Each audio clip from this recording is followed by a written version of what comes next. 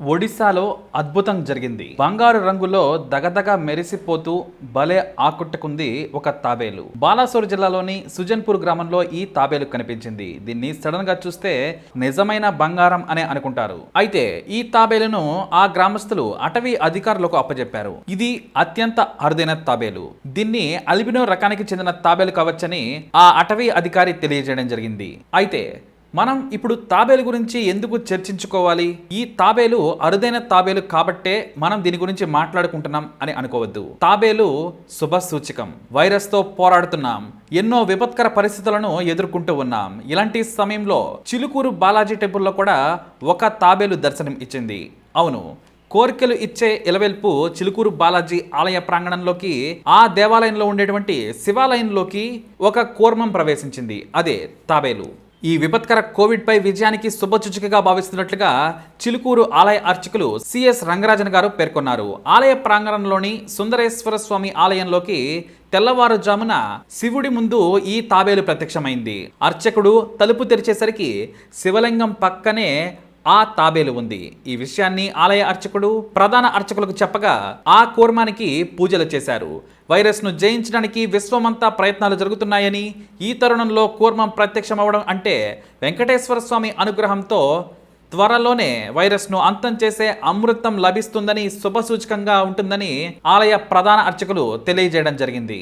అయితే తాబేలు నిజంగా శుభసూచకమా అంటే నిజం అని చెప్పాలి. సాక్షాత్తు ఆ విష్ణుమూర్తే కూర్మావతారంలో అందరికీ దర్శనం ఇచ్చినట్టు భావిస్తూ ఉన్నారు. ఇక అలాగే వాస్తు దోషాలను తొలగించుకోవాలన్నా తాబేలు ఇంట్లో ఉంటే ఎంతో మంచిది అని చాలామంది వాస్తు నిపుణులే చెబుతూ ఉంటారు.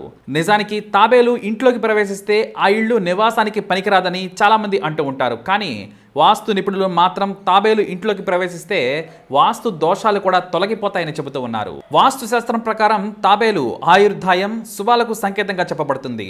అందుకే లోహంతో తయారు చేయబడిన తాబేలును నీటితో నింపిన బౌల్లో ఉంచి మనం ఇంట్లో ఉత్తర దిశలో ఉంచుకుంటూ ఉంటాం. ఇది ఎంతో శుభసూచకం.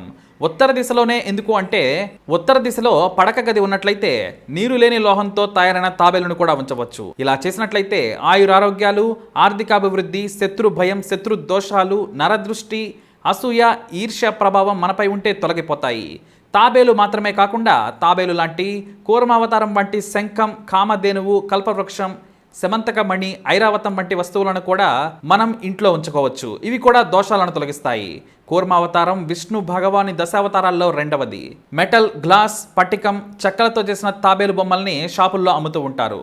అయితే ముఖ్యంగా లోహాలతో చేసిన బొమ్మను ఇంట్లో లేదా ఆఫీసుల్లో ఉంచితే శత్రు విజయం ఉంటుంది.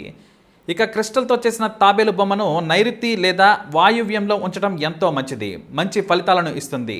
ఇక అలాగే రంగురాళ్లతో నింపిన నీటిలో ఈ బొమ్మను ఉంచాలి. తాబేలు పాదాలు నీటిలో మునిగేలా ఈ బొమ్మను ఉంచాలి. ఇలా చేస్తే ఆ ఇంట ప్రశాంతత, సామరస్యం, శాంతి, దీర్ఘాయుష్షు, ఆర్థికాభివృద్ధి చేకూరుతుంది.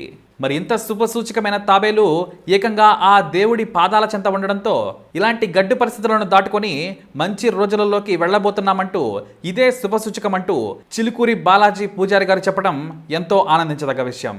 మరి ఈ వీడియో అప్డేట్స్ కోసం మై ఛానల్ ఫాలో అవ్వండి. అలాగే తప్పకుండా సబ్స్క్రైబ్ చేసుకోండి.